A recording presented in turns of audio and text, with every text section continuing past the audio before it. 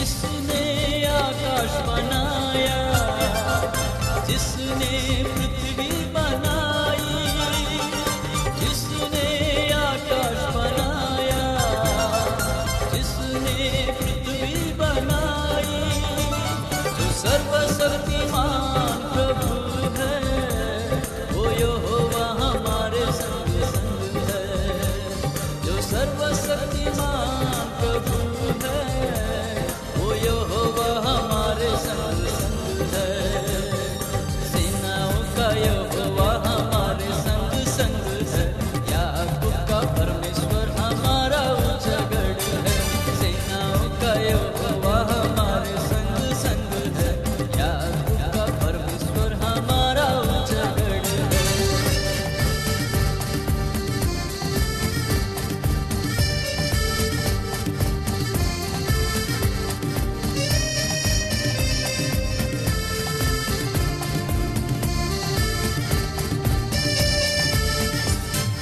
समुंदर को जिसने डुबाया, जंगल में मार निकाला।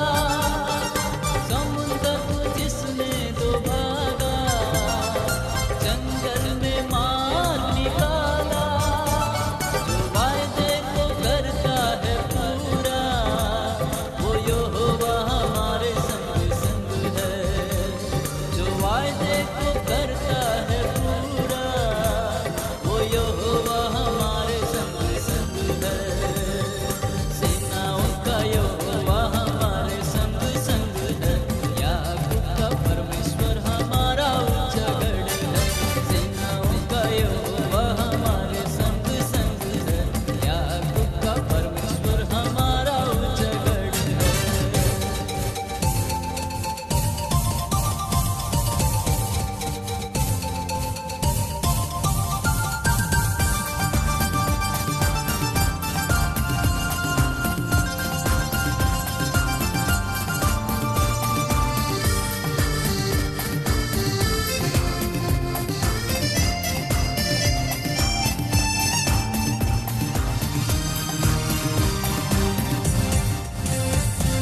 लाजर को जिसने जिलाया, जक्कई को जिसने बचाया।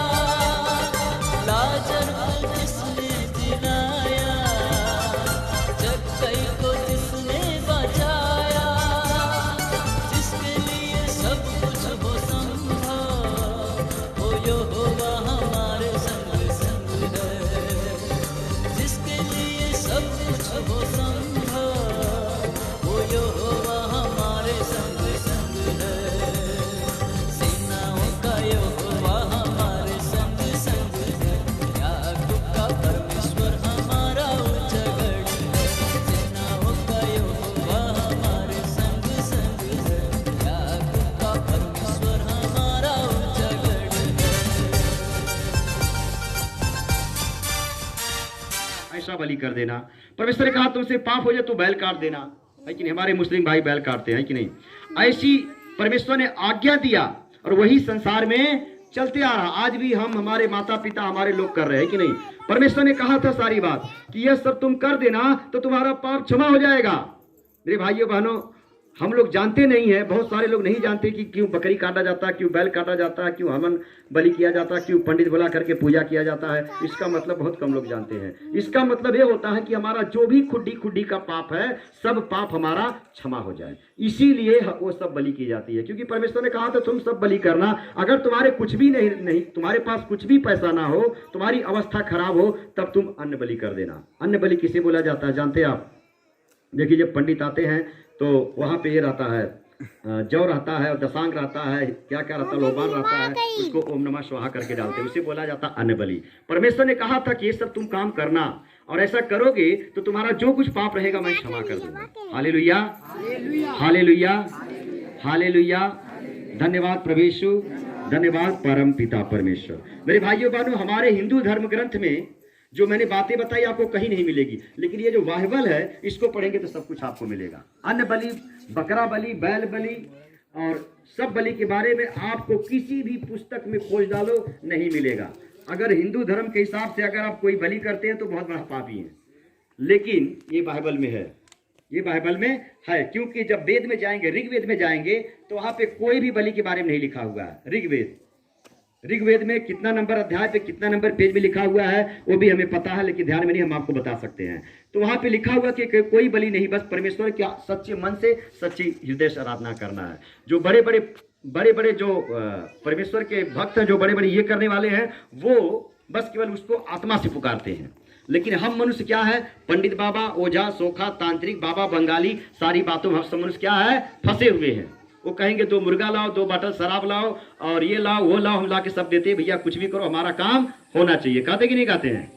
हालेलुया, हालेलुया, धन्यवाद प्रभु यीशु, धन्यवाद परम पिता परमेश्वर। मेरे भाइयों बहनों, परमेश्वर ने ही जबकि ये सब बलि दिया, लेकिन कारण क्या हो गया? परमेश्वर देखा कि ये लोग तो भटक रहे हैं, वो तंत्र के पीछे, वो मंत्र के पीछे, बाबा बंगाली के पीछे, वो जादूगर के सीते, वो बाण के पीछे, और वो मिलान के पीछे, इनके पीछे भटक रहे हैं। एक दूसरे का ये लोग हत्या कर रहे, दूसरे को सता रहे हैं। ऐसी सारी बातें मैंने नहीं कहा था, ये तो गलत है, ये तो अधर्म है, ये तो पाप है।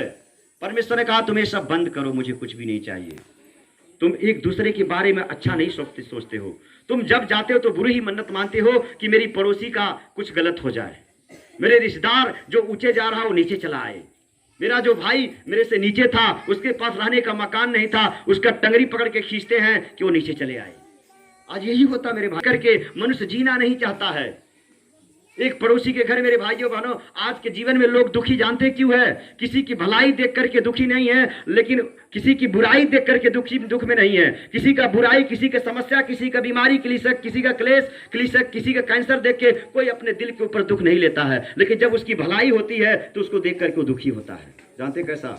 समझो एक भाई है, उसके पास एक रहने का मकान नहीं है, किसी तरह से बेचारा कमाते गया, कहीं पे कमा रहा है, जब वहां से पैसा भेजा तो एक टाली आटे गिरा, तो पड़ोसी क्या कहता है, अरे वो तो गरीब था, एक टाली ईटा गिरा लिया। जब फिर दूसरे महीने 2 टाली 3 टाली और गिराता है, क्या जलेंगे, अरे कुछ बड़ा काम करने वाला है, लगता बहुत पैसा कमा रहा है कि नहीं। लेकिन कभी मनुष्य नहीं कहा होगा कि हे मेरे परमेश्वर से आशीष करना कि उसका बेचारे घर बन जाए। जो घर छोटा था, जिसके पास रहने की जगह नहीं था, एक मड़ई थी, परमेश्वर तू उसे भी आशीष करके उसका भी घर अच्छा हो जाए, हमसे हमारे घर से अच्छा घर हो जाए। ऐसा कभी कोई प्रार्थना नहीं करता है। लेकिन मेरे भाइयों बहनों, मसीहा यही सिखाता कि तुम दूसरे के लिए प्रार्थना करो, जब उसका घर बनेगा तो तुम्हारा घर ऑटोमेटिक बन जाएगा। हालेलुया, हालेलुया, धन्यवाद प्रभु यीशु, धन्यवाद परम पिता परमेश्वर। मेरे भाइयों बहनों, मसीह का वचन ही है, यदि तुम्हारे कोई गाल पे एक थप्पड़ मारे तो दूसरा गाल भी कर देना, छोड़ के भाग जाओगे मसीह को। कहेंगे भैया नहीं, हम तो दूसरा गाल नहीं करेंगे, हम तो भिड़ जाएंगे, उसे एक मार हम 4 मारेंगे। मसीह से वचन से आप खिलाफ है। मेरे भाइयों बहनों, परमेश्वर कहता है कि तुम उसे क्षमा करो। परमेश्वर क्या कहता है कि तुम उसे क्षमा करो, अपने बैरी को क्षमा करो, अपने दुश्मन को क्षमा करो, अपने सताने वाले को प्रार्थना करो, जो तुम्हें परेशान करता है उसे क्षमा करो। बस उसके लिए प्रार्थना करो कि हे परमेश्वर, उसे तू सत्य बुद्धि दे, सत्य ज्ञान दे, ताकि उसका भी भला हो जाए और मेरा भी भला हो जाए, मुझे सताने से रुक जाए। मेरे भाइयों बहनों, हम प्रार्थना के सिवा उसके ऊपर कुछ नहीं कर सकते हैं, क्योंकि ये मसीह का वचन है।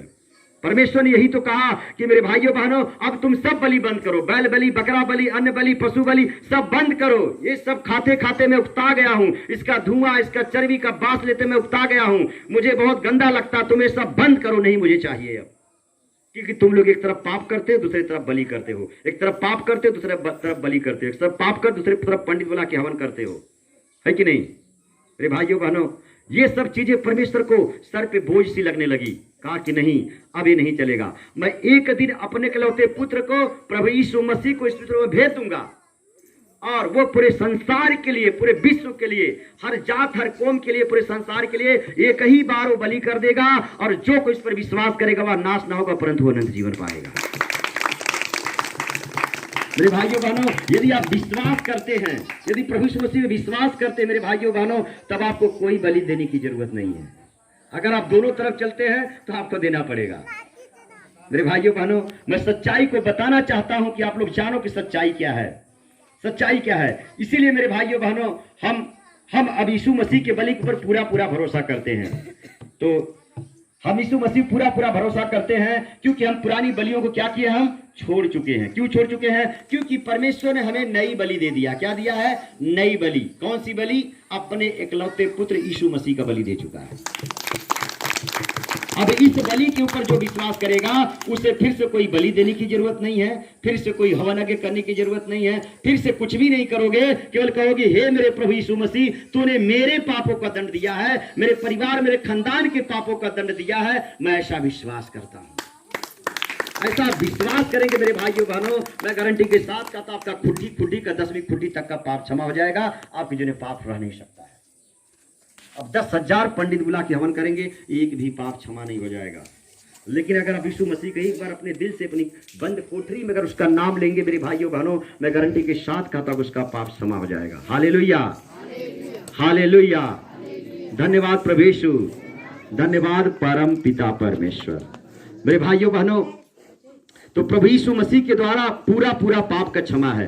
क्यों पाप की क्षमाई हम देखते हैं। हालेलुया, हालेलुया, धन्यवाद प्रभु यीशु, धन्यवाद परम पिता परमेश्वर। मेरे भाइयों बहनों, हम यीशु मसीह के बारे में बताएंगे कैसे यीशु मसीह आए। मेरे भाइयों बहनों, 2000 साल वाचा पहले नहीं, बल्कि जब सृष्टि का रचना हुआ तभी परमेश्वर ने वाचा किया। जैसे ही आदम ने पाप किया, परमेश्वर ने वाचा किया, कहा कि तू तो पाप कर दिया आदम, लेकिन एक दूसरा आदम मैं भेजूंगा जो मेरा पुत्र होगा, पूरे संसार का पाप का बलि देगा और फिर उस शैतान के फंदे में नहीं फंसेगा और पूरे संसार का उद्धार करता होगा। मेरे भाइयों बहनों, पहला आदम तो भेजा, पहला आदम तो पाप हुआ, जिसके कारण हम श्रापित हुए। हमारे जीवन बीमारी, क्लेश, समस्या, दुख, सारी बीमारियां हमारे जीवन में आ गई मेरे भाइयों बहनों। लेकिन परमेश्वर ने जब दूसरा आदम भेजा जिसका नाम था यीशु मसीह, उस शैतान ने कहा कि तू अपने आप को ये कर दे वो कर दे। वो एक भी पाप नहीं किया, निष्पाप था, निष्कलंक था। उसने ब्रह्मचर्य जीवन जी के, कोई शादी नहीं किया मेरे भाइयों बहनों। 30 साल के बाद अपने आप को सूली के ऊपर बलिदान कर दिया हमारे और पाप, आपके पाप के लिए। हालेलुया, हालेलुया, धन्यवाद प्रभु यीशु, धन्यवाद परम पिता परमेश्वर। मेरे भाइयों बहनों, यह भी बात मैं बताना चाहूंगा, यीशु मसीह का जन्म कोई ऐसे तैसे नहीं हुआ मेरे भाइयों बहनों। यीशु मसीह का जन्म परमेश्वर ने, एक माता मरियम नाम की लड़की थी, तकरीबन 17-18 साल या 20 साल की रहेगी, वो लड़की थी और परमेश्वर की भक्त थी, भगवान की अच्छी भक्त थी, भगवान की अच्छी दासी थी वो। और मेरे भाइयों बहनों, भगवान की दासी होने के कारण जिब्राइल दूत था जो उसके पास पहुंचा, कहा कि मरियम मरियम, तेरे ऊपर परमेश्वर का अनुग्रह हुआ है, तेरे ऊपर परमेश्वर का अनुग्रह हुआ है और तू एक पुत्र जनेगी और उसका नाम तू यीशु रखना। तू एक पुत्र जन्मोगी, उसका नाम तुम यीशु रखना। वो कहती मैं तो कोई पुरुष को देखी नहीं, मेरा शादी भी नहीं हुआ, कैसे मेरे पास लड़का होगा। तब दूत ने कहा परमेश्वर की महिमा से, परमेश्वर के आशीष से परमेश्वर तुम्हें एक संतान देगा, उसका नाम तू यीशु रखना। और जो भक्त के नाते वो उसने कहा कि यस, ऐसा ही हो मेरे जीवन में जैसा परमेश्वर चाहता है। मेरे भाइयों बहनों, शादी से पहले, शादी उसकी हुई नहीं थी कि एक लड़का पैदा हुआ, एक लड़का पैदा हुआ। मेरे भाइयों बहनों, कैसे पैदा हुआ? वो परमेश्वर की आत्मा से, परमेश्वर की सामर्थ्य से, परमेश्वर की सामर्थ्य से पैदा हुआ। मेरे भाइयों बहनों, कितने लोग विश्वास नहीं कर पाएंगे, नहीं विश्वास कर पाएंगे। आप जब बाइबल आप पढ़ेंगे तब आप विश्वास कर पाएंगे कि बेगर आदमी का एक पुत्र जो इसका नाम था यीशु मसीह पैदा हुआ। आप उस बात को जान पाएंगे। हालेलुया, हालेलुया, धन्यवाद प्रभु यीशु, धन्यवाद परम पिता परमेश्वर। मेरे भाइयों बहनों, प्रभु यीशु मसीह अपने जीवन काल में सबसे पहला चमत्कार किया था, काना नगर में गए थे। वो यीशु मसीह काना नगर में गए थे। जब काना नगर में गया तो उसकी माँ छोटा था, यीशु छोटे थे, इतने बड़े थे। वो शादी में गई थी तो अपने साथ यीशु को लेके गई थी, अपने साथ यीशु को लेके गई थी। तो जब काना नगर में गई तो बाराती ज्यादा आ गए, तो वहां दाखरस बना हुआ था। तो दाखरस क्या हो गया? खत्म हो गया। दाखरस जब खत्म हो गया तो माता मरियम जाकर कहती हैं, बेटा तू कुछ कर, दाखरस यहाँ खत्म हो गया। उसने उसके पहले कभी चमत्कार नहीं किया था, उसने उसके पहले कुछ भी नहीं किया था, लेकिन माता मरियम उसके पास क्यों जाती है कि बेटा तू कुछ कर। अब इसका जवाब आपके पास में है। मरियम ने भी कभी नहीं देखा था कि मेरा पुत्र कोई चमत्कार कर सकता है, या वो दाखरस बना सकता है, या वो कुछ कर सकता है। लेकिन फिर भी मरियम बेटा को जाकर रिक्वेस्ट करती हैं कि बेटा तू कुछ कर, यहाँ जो है दाखरस खत्म हो गया, बेइज्जती और इंसल्टी की बातें चल रही हैं। कुछ भी नहीं चमत्कार यीशु मसीह किए थे मेरे भाइयों बहनों। और लेकिन मरियम जाके कहती हैं कि बेटा तू कर। तो उसने कहा कि हे स्त्री, मेरा समय पूरा नहीं हुआ है। सच में यीशु मसीह का चमत्कार करने को समय नहीं था, लेकिन मरियम की बात को यीशु मसीह माने। मेरे भाइयों बहनों, आप जान सकते हैं क्योंकि मरियम को पता था कि मेरे कोख में जो बच्चा पल रहा है वो कोई पिता का नहीं है, वो तो परमेश्वर का है, वो कुछ भी कर सकता है यीशु मसीह के सामर्थ्य नाम में।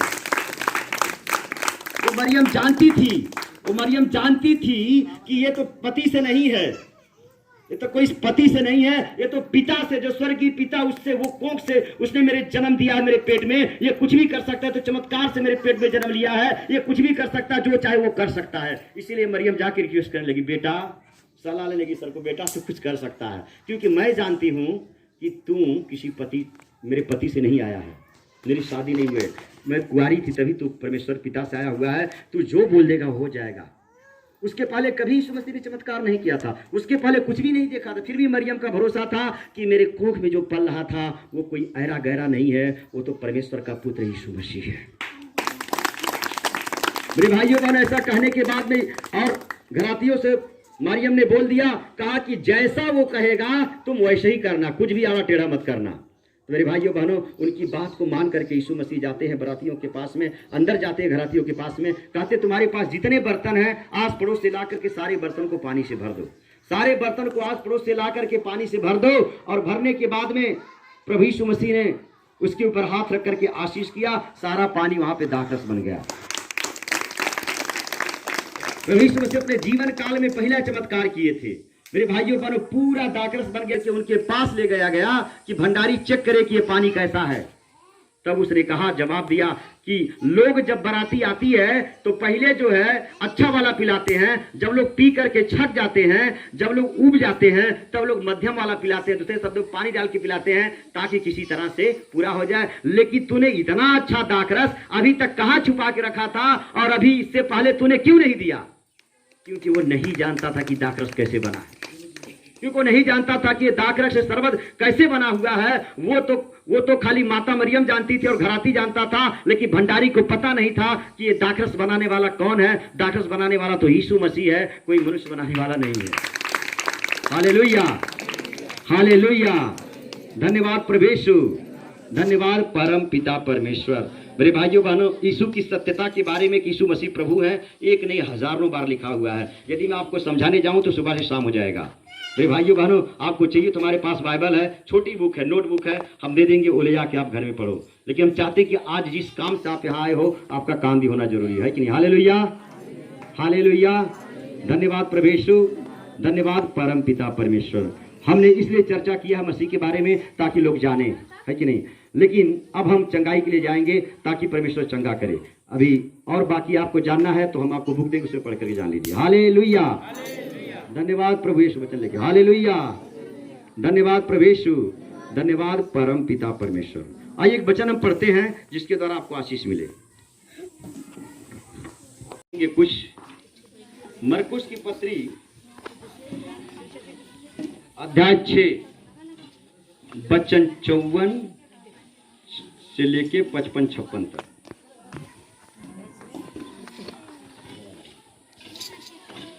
मरकुस की पत्री पेज नंबर 61, पेज नंबर 61 अध्याय 6, मरकुस 6 वचन 54, 55, 56, पेज नंबर 61। सब लोग खोलिए जिसके पास बाइबल बुक होगा।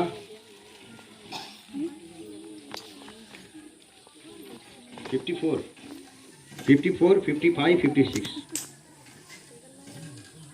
हालेलुया, हालेलुया, हालेलुया, धन्यवाद प्रभु यीशु, धन्यवाद प्रभु यीशु, धन्यवाद परम पिता परमेश्वर। मिला इधर आप, हालेलुया, धन्यवाद प्रभु यीशु, धन्यवाद परम पिता परमेश्वर। देखिए वचन को पढ़ेंगे, मिला सबको? 6 का 54, 55, 56 मिला? Page number 61। जब वे नाव पर से उतरे, वचन मिला सभी को? मरकुस अध्याय 6 का 54 मिला सभी को वचन? हाँ।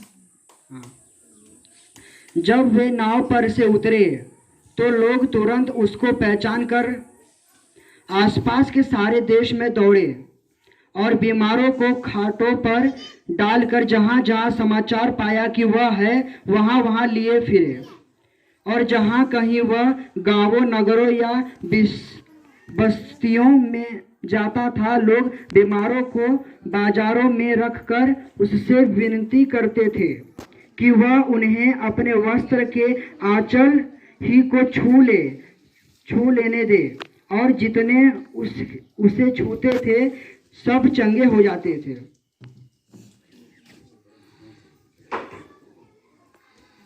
हालेलुया, धन्यवाद प्रभु यीशु, धन्यवाद परम पिता परमेश्वर। नाव से गन्ने शरत गांव था। कौन सा था? गन्ने शरत नाम का गांव था।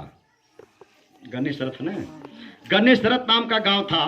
वहां से आकर के नाव पे उतर करके वह अभी गांव से गन्ने शरत गांव, दूसरे गांव से नाव से, पानी वाली नाव से गन्ने शरत में आ रहे थे, और गन्ने शरत में आकर के नाव से उतरे तो क्या हुआ? तो लोग तुरंत उसको पहचान कर, तो वो लोग उसे तुरंत पहचान लिए कि ये यीशु मसीह हैं। आसपास के सारे देश में दौड़े। वो लोग आसपास के देश से यीशु मसीह को देख करके लोग दौड़े। क्यों दौड़े देखते हैं। और बीमारों को खाटों पर डालकर, और बीमारों को खाटों और खटोलों पर डालकर, जहाँ जहाँ समाचार पाया कि वह है, जहाँ जहाँ वो लोग जानते थे कि यीशु मसीह यहाँ वहाँ है, वहाँ वहाँ बीमारों को खाटों और खटोलों पर ले जा करके लेके जाते थे। और जहाँ की वह है गांवों, नगरों या बस्तियों में जाता था। जहाँ नगरों, गांव, सड़कों, बस्तियों में जाता था, लोग बीमारों को बाजारों में रखकर उससे विनती करते थे। लोग बाजारों में उसे रख करके विनती करते थे चारपाई पे कि वह उन्हें अपने वस्त्र के आंचल ही को छू लेने दे, कि वो अपने वस्त्र के आंचल को ही छू लेने दे, ताकि हमारा मरीज चंगा हो जाए। और जितने उसे छूते थे, और जितने प्रभु यीशु मसीह को छूते थे, सब चंगे हो जाते थे। सब के सब चंगे हो जाते थे। जोरदार महिमा। हालेलुया। मेरे भाइयों बहनों, यहाँ वचन कहता है कि यीशु मसीह कहीं से चल करके गन्ने शरत गांव में आए। और जब गन्ने शरत में वो लोग देखे कि दूर से ही वो समंदर से आते हुए जहां से आ रहे हैं, तो लोग दौड़े। क्यों दौड़े? भीड़ के ऊपर भीड़ गई कि अरे वो यीशु आ रहे हैं, जो यीशु चंगाई देते, जो यीशु बीमारी को निकालते, जो यीशु समस्या को निकालते, वो यीशु आ रहे हैं, वो यीशु आ रहे हैं। लोग भीड़ के ऊपर भीड़ दौड़े, और जैसे ही वहां पे उतरे मेरे भाइयों बहनों, लोग खाटों और खटोलों पर लेकर के अपाहिज, बीमार, लंगे, गूंगे, बहरे, जो कुछ जैसे भी लोग थे, सबको ले जा करके यीशु मसीह के पास वहां पर आए। मेरे भाइयों बहनों, जितने भी लोग थे वो सबको ले जा करके यीशु मसीह के पास वहां पे आए। मेरे भाइयों बहनों, क्यों लोग आए? क्योंकि यीशु मसीह, मेरे भाइयों बहनों, यीशु मसीह, मेरे भाइयों बहनों, बीमारों को लोग ला करके वहां खाटों और खटोले पर जाते। कहां पे? समझो दरियापुर में यीशु मसीह आए हुए हैं, तो मोहम्मदपुर बाजार में वहां ला करके सुला देते थे। क्यों? क्योंकि रास्ता यही है, यही रास्ते से जाएंगे, क्योंकि इतनी भीड़, इतनी गर्दी है, हम वहां पहुंच ही नहीं पाएंगे। तो जहां रास्ते में जाते थे लोग ऐसा घेर लेते थे, कहते प्रभु, विनती कर, प्रभु अपने आंचल को छू लेने दे, अपने कपड़े को छू लेने दे। और उसका कपड़ा छूने के लिए लोग तरसते थे कि प्रभु यीशु मसीह को कपड़े को छू लूं, ताकि मेरी बीमारी, मेरी समस्या चली जाए। मेरे भाइयों बहनों, यीशु मसीह के पीछे पीछे लोग जाते थे। जब वो गन्ने शरत में आए, तब मेरे भाइयों बहनों, गांव में हुल्लड़ मचा कि यीशु मसीह आ गए। क्यों? क्योंकि लोग जानते थे, वो फेमस थे। मेरे भाइयों बहनों, आज जब कोई जीत जाता है इलेक्शन में, या कोई बहुत बड़ा हीरो आता है, हीरोइन आती है, तब फेमस होते हैं। लेकिन तब लोग उसके पास देखने जाते हैं कि भाई फला आदमी कैसे, कौन सा काम करते हैं, ये कैसे हैं, इनके मुंह में कौन सी वाणी है, कौन सा शब्द है कि जैसे इनको छूते लोग चंगाई पाते हैं। मेरे भाइयों बहनों, अपने गांव से लोग अंधे, गूंगे, बारे, लंगड़े को लेके आते थे। एक बार की बात है मेरे भाइयों बहनों, एक गांव में लकवा मारा हुआ व्यक्ति जो बहुत दिनों से पड़ा हुआ था, और यीशु मसीह आए हुए थे, और एक मंदिर के अंदर, एक घर के अंदर प्रार्थना हो रहा था, एक घर के अंदर प्रार्थना हो रहा था। और जब वो लोग खाट पे, चारपाई पे लेकर के आए मेरे भाइयों बहनों, तो लाने के बाद वहां पर क्या देखा कि मसीह ने प्रार्थना किया और कहा कि हे भाई, तेरे पाप क्षमा हुए, तो अपनी खाट को उठा और अपने घर पे चले जा। और उसी चलो चंगा हो गया, अपनी खाट को लेकर के घर पे चला गया। Hallelujah, hallelujah. धन्यवाद प्रभु यीशु, धन्यवाद प्रभु यीशु, धन्यवाद परम पिता परमेश्वर। होगा जो कुछ आप यीशु मसीह पे यीशु मसीह के पास लेकर के आए हैं, मैं गारंटी के साथ कहता हूं आज के बाद आपका जीवन बदल जाएगा। आप नए तरीके से जन्मेंगे और एक नया अपने जीवन में आप देखेंगे। Hallelujah, hallelujah, hallelujah. धन्यवाद प्रभु यीशु, धन्यवाद परम पिता परमेश्वर। ऐसी ऐसी गवाहियां हैं, मैं बताऊं तो सुबह से शाम हो जाएगा, लेकिन एक गवाही जरूर बताना चाहूंगा। हालेलुया, धन्यवाद प्रभु यीशु, धन्यवाद परम पिता परमेश्वर। मेरे भाइयों बहनों, वहां पे एक बहन थी जिसको भूत पकड़ा हुआ था, शैतान पकड़ा हुआ था उसके पति को, और पति पागल बन गया था। पागल के नाते वो बहन जी अपने पति के लिए बहुत दवाई की, इतना दवाई की कि कंगाल बन गई। लेकिन पति तो ठीक नहीं हुआ, उनका जो किराने का धंधा था वो भी बिक गया, खत्म हो गया और कुछ ठीक नहीं हो गया। मेरे भाइयों बहनों, और भूलंडी से तकरीबन 2-3 किलोमीटर लंबे में उनका दुकान है। और जब वहां से बहन जी लोग छुट के जाती थी तो देखती थी कि ऐसा वो बैठा रहता था, ऐसा कैसा तो बैठा रहता था। तो बहनें कहती थी, उनके पास बिसाते का सामान था, उनके पास बिस्किट था, बहुत सारे ऐसे चीजें थे जो लेडीज सामान थे। तो वहां पे जाती थी, बहनें कहती थी कि बहन जी वहां पे ब्रदर के पास जाएंगे, वहां पे पानी देंगे तो आपकी बीमारी, आपकी समस्या निकल जाएगी। तो मेरे भाइयों बहनों, जब वो जाती थी उसे बताती थी, उस बहन को तो नजरअंदाज करती थी, कभी उसके ऊपर उसने ख्याल नहीं किया, क्योंकि वो किसी चीज पे विश्वास नहीं करती थी। इसीलिए उसने हमेशा नजरअंदाज किया, कभी भी वहां जाने को सोची नहीं। और उसका पति ऐसा पड़ा हुआ था। और जब लोग जाती थी तब लोग देखती थी कि बहन आप वहां जातू तो तुम्हारा आदमी ठिका जात, अगर तुम वहां जातू भूलंडी में तो तुम्हारा आदमी ठिका जात, काहे से कि बीमार हुए और ठीक हो जाएंगे जो। ऐसे वो लोग बोलते थे, लेकिन वो किसी की बात कभी सुनी नहीं, क्योंकि ओझा सोखा तांत्रिक मांत्रिक करके परेशान हो गई थी। और वो भाई ऐसे ही पड़ा रहता था। यहाँ तक कि उनका धंधा करते करते उसका जो भी किराने का धंधा था सब बिक गया, सब बेकार हो गया, परेशान हो गई, वो हार मान गई। लास्ट में अपना 2-3 बच्चा लेकर के हालेलुया, हालेलुया भाइयों बहनों, और जब चालू करती है, चालू करने के बाद में थोड़े ही दिनों के बाद में उसको एक हरनिया बीमारी निकल जाती है। उसे एक हरनिया बीमारी निकल जाती है। और जब डॉक्टर के पास हो जाती है तो हरनिया पक गई रहती है और यहाँ पे हरनिया बीमारी हो जाती है। और जब उसके पास जाती, डॉक्टर बोलता है कि बहन जी आपको ऑपरेशन करना पड़ेगा और 80,000 रुपया लगेगा। कितना लगेगा? 80,000 रुपया लगेगा। मैं क्या करूं, मैं कैसे बच सकता हूं? वो बहुत परेशान हो गई मेरे भाइयों बहनों। लेकिन जो भी दोबारा लाके राशन पताई भरी थी वो भी उसके दवाई में सब बिक गया, कंगाल बन गई मेरे भाइयों बहनों। तब वो सोचने लगी कि वो जो औरत लोग आ रही थी, अगर वो सब जो बहन आ रहे थे, कोई आती जो पनियामा बाबा के पास, वो पनियामा बाबा के नाम से जानती थी, क्योंकि उसे पता नहीं था कि यीशु मसीह क्या होते हैं। लोग वहां पे जाते थे, पानी लेके जाते थे, तो बोले कि भैया अगर तुम पानी भी लेके आओगे ना अपने पति के पिलाओगे तो ठीक हो जाएगा। ऐसा लोग तब वो बोलती थी कि जो पनियामा बाबा के वो लोग जाती थी औरत लोग, अगर मेरे पास आती, मुझे कोई लेके चलता, काश तो मैं उसके पास जाती। लेकिन जब उसका रिसाता विसाता इसको बिस्कुट सब की घर कुछ रही नहीं घर कि उनके पास जाए, तो कोई जाता ही नहीं था। तो तरस रही थी कोई तो आ जाए मुझे उस जगह पे लेके जाए। वो क्या हो रही थी?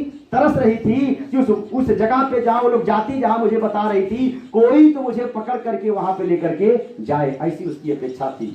थक गई थी, उसकी मरने की नौबत आ गई थी। वो सोच रही थी कि मेरा जीना बेकार हो गया है, मेरा पति बेकार हो गया, मैं बेकार हो गई। चिंतित थी, उसका मन लग गया कि वो पनियामा बाबा के पास मुझे जाना है, यदि कोई बहन आ जाती तो मैं लेके जाता। जब लेके जा रही थी तब उसका कोई रिस्पॉन्स नहीं दिया, गई नहीं।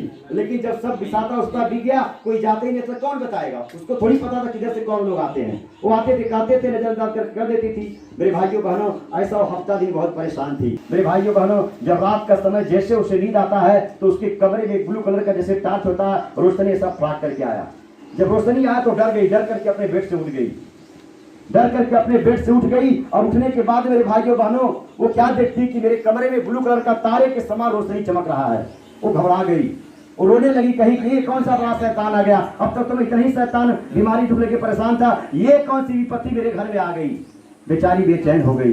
जो खोलती है तो देख रही रोशनी आगे जा रही है, जो टार्च जैसी रोशनी ब्लू कलर की है वो बाहर जा रही है। और जब ऐसा और देखी तो और दूर जा रही है, और दूर जा रही है, और दूर जा रही है। ऐसे दूर देख रही, कितना दूर जा रही है भट्ठा। तो जब देख रहे कि भट्ठा, उसको भट्ठा की जो चिमनी है, उस रोशनी में टार्च के फोकस में जो परमेश्वर का फोकस था उसमें क्लियर वो दिखाई दे रहा है। और देख रही थी वो भट्ठा पर रोशनी जा रहा है, भट्ठा क्या रोशनी जा रहा है। और फिर आगे जाती है तो देख रही वहां बगीचा है, वहां जाकर के रोशनी समा जाता है। मेरे भाइयों बहनों, उसे रात भर नींद नहीं आया, कैसा भी करके रात बिताई। सुबह उठते ही उसने स्नान किया, नहाया धोया, किसी को कुछ नहीं बताया। और जैसे जैसे रोशनी गया था, उसी रोशनी को देखते देखते देखते देखते देखते वहां पे चली गई, आगे भट्ठे के पास जाती है, चिमनी देखते देखते भट्ठे के पास चली गई, और जब भट्ठे के पास चली गई तो देख रही कि उसके आगे जो बगीचा मैं देखी थी उस बगीचे में जाती है, और संडे का दिन था, और जब बगीचे में जाती मेरे भाइयों बहनों तो देखती वहां पे हजारों भाई बहन बैठे हुए होते हैं। तब उसे समझ में आया कि लगता है कि मुझे यहीं आना था, और वहां पे वो बैठ गई मेरे भाइयों बहनों, और बैठने के बाद वो बैठी रही और प्रभु से प्रार्थना करती रही कि लगता है यही। पर यहाँ बाबा किसी से पूछी, बोले कि हाँ यही सही जगह है। उसको प्रभु यीशु मसीह वहां लेके गए मेरे भाइयों बहनों, वहां बैठी रही और अपने मन में जो कुछ रोना गाना रोती गई मांगती रही मेरे भाइयों बहनों। और जब 11 बजता था, 11 बजे प्रकाश ब्रदर आते हैं, प्रकाश यादव आते हैं, तब वो जो प्रार्थना करने लगे मेरे भाइयों बहनों, वचन के बाद जो प्रार्थना करते हैं तो परमेश्वर की भविष्यवाणी वहां आती है, उनको परमेश्वर संदेश देता है किसकी बीमारी जा रही है, मेरे भाइयों बहनों उनको देता है। तब मेरे भाइयों बहनों उस समय मेरे भाइयों बहनों उनको एक संदेश आया कि एक बहन है जिसको अपेंडिक्स हो गया है और पक गया है, और डॉक्टर बोला कि 80,000 रुपया लगेगा, लेकिन परमेश्वर अभी इसी वक्त यीशु मसीह उसे निकाल रहा है। और उसी जगह वो जगह पे गिरी और वो बीमारी उसकी जड़ से खत्म हो गई। मेरे भाइयों बहनों सोच लीजिए 80,000 रुपया लग रहा था, लेकिन एक प्रार्थना के द्वारा परमेश्वर उसे वहां पे स्पर्श किया और उसकी बीमारी को निकाल करके रख दिया, और उसकी वो बीमारी मेरे भाइयों बहनों ताबड़तोड़ उसके जीवन से निकल गई। और आज मेरे भाइयों बहनों उसका धंधा भी ठीक चल रहा, उसका पति भी ठीक हो गया है, और वो गुप्ता जी आज प्रभु यीशु मसीह विश्वास करती हैं और पूरी तरह से उनके जीवन में आशीष आ रहा है। हालेलुया, हालेलुया, धन्यवाद प्रभु यीशु, धन्यवाद परम पिता। मेरा दिल है यीशु का दीवाना, यीशु की महिमा गाएगा। मेरा दिल है यीशु का दीवाना, यीशु की महिमा गाएगा। आ जाए लाख मुसीबत भी कभी न ये घबराएगा। मेरा दिल है यीशु का